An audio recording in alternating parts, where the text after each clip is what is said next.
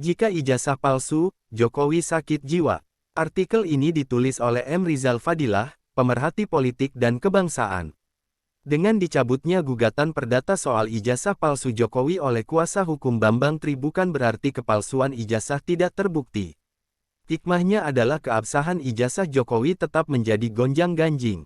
Sepanjang tidak ada upaya Jokowi sendiri untuk mengklarifikasi dan membuktikan, maka tuduhan itu tetap berjalan. Menjadi pertanyaan dan bahan ejekan publik.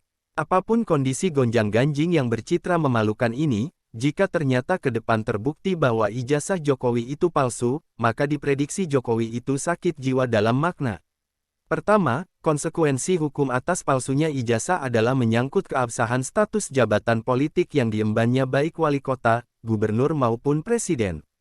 Konsekuensi politik berkaitan dari perbuatan tercela dapat berakibat impairment, beban berat yang berhubungan dengan kejiwaan.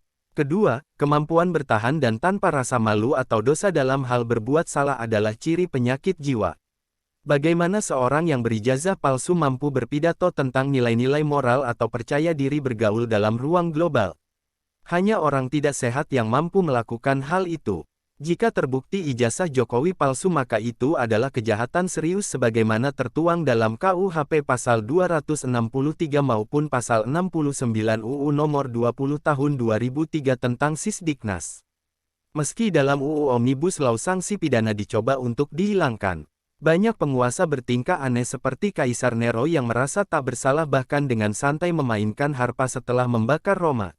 Ingin punya istana baru di tengah krisis ekonomi kerajaan Romawi. Membunuh ibu kandungnya Agrippina serta sering blusukan menyamar sebagai budak. Enteng membunuh orang yang ditemuinya.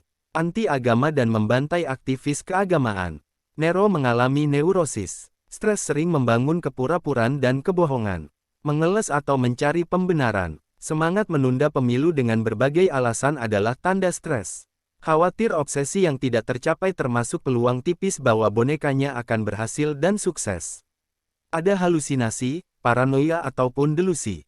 Pemerintahan Jokowi tidak berjalan normal. Banyak yang menilai sebagai presiden Indonesia terburuk.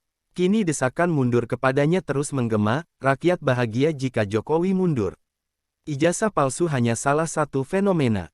Tapi itu pun cukup serius. Sayangnya seperti tak jelas apa langkah untuk menyelesaikannya. Rakyat dibiarkan menuduh dan menduga-duga. Bambang Tri yang mencoba membuka ruang, yes or no, malah ditangkap dan ditahan. Dalam hubungan keagamaan, sumpah palsu adalah dosa berat begitu juga dengan dagangan palsu, berita palsu, kesaksian palsu dan janji palsu.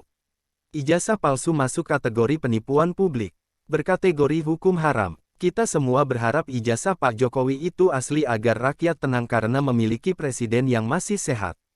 Tidak sakit jiwa. Moga bukan mimpi atau halusinasi. Klik subscribe dan follow.